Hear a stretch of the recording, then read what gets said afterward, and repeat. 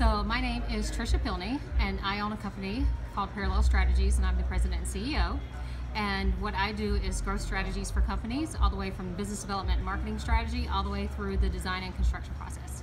What do you help companies do? So I help companies who are looking to grow, whether it be a tech startup, whether it be a company who's looking to build a new location. So my day can consist of meeting with people face to face. I do have some Skype meetings. I have project meetings to talk about budgets, designs, whatever might be on the construction side of it. But most of my job throughout the day is talking to people. Tell me about your college experience. So my college experience was very interesting because I originally wanted to go for music. So I was going to go to the University of North Alabama. And when I found out that the job field I wanted to go into I would not be able to make as much money, I ended up going to University of Georgia, and then I transferred down to Georgia Southern, and my degree is actually in construction management. I heard that you initially were considering going to college for music. Yes. Tell us a little about that. So music was my passion all throughout high school, and I wanted to be a conductor.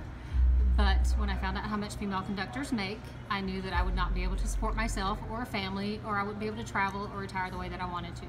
And so since my family was in construction when I was growing up, I thought, I know that industry, I'll just go into that.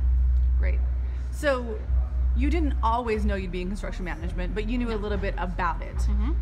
What made you start the new company you're in now? So what made me start my company was the fact that I love what I do. I love my job. I love what I do on a daily basis. And I actually was making a lot of money for other people. And when you get to a certain age and you start thinking about retirement and you see how much money you make other people, why shouldn't I be making that much money for myself? And I want to be able to grow and expand my company in the direction and the fields I would like to go. So that was my biggest driver to start my own company. So obviously you started a company, there must be a demand for it. Who is demanding your services? Who are your major clients? So my major clients right now are people who are looking at building new locations, offices. I have one client who's building a co-sharing workspace in rural communities. I have a city who is looking at doing several construction projects throughout the city that need someone to manage those projects for them. And then I also have a popsicle company who's looking at growing their business. So I'm doing business development for them. And once we get them to that point where they want to be, we'll be building a new facility for them. So obviously salary was a decision maker when you chose this career. You started working for someone else. If one of our 7th grade students wants to go into construction management, what is a typical salary for someone in that field? So your first year out of college, you can make anywhere from $50,000 to $70,000. Right now, there's a huge demand for that market sector.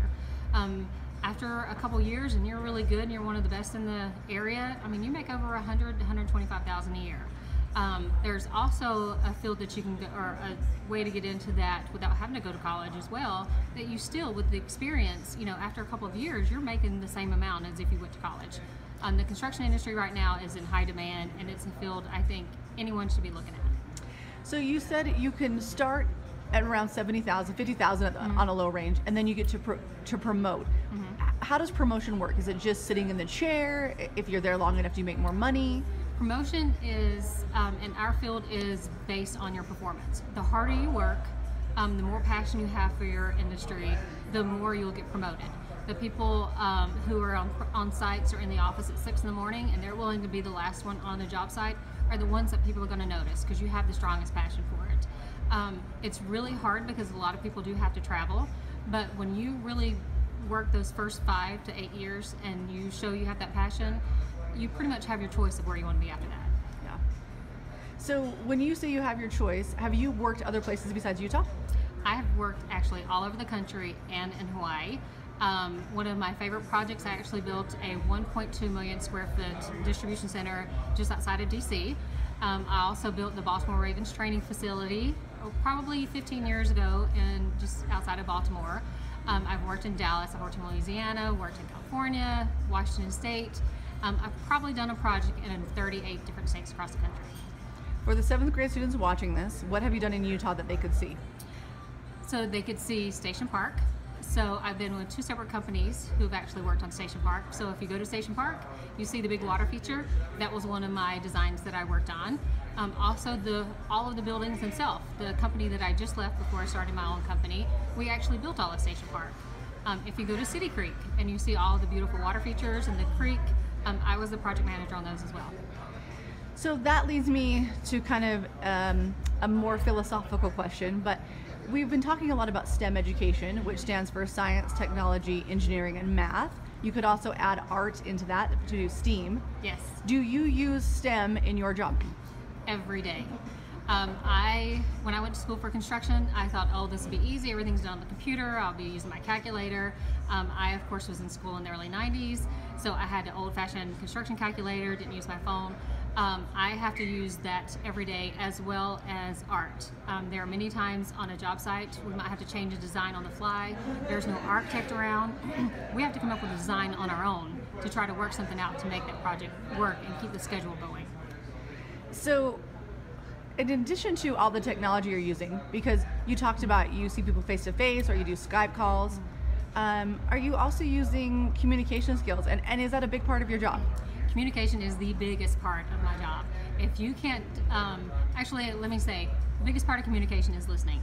If you can't understand and communicate back to a client what their needs are, you will never be successful in this field. They are paying a lot of money.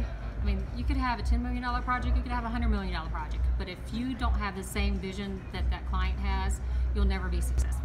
Yeah. What do you like most about your job?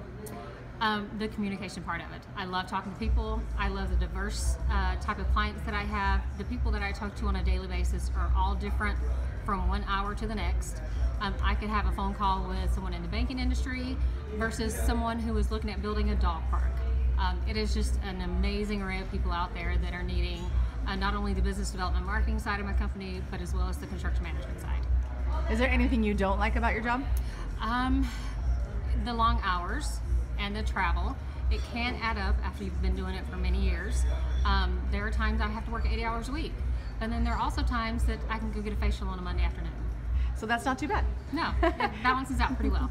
If you could give one piece of advice to a 7th grader, career advice, what would you tell them?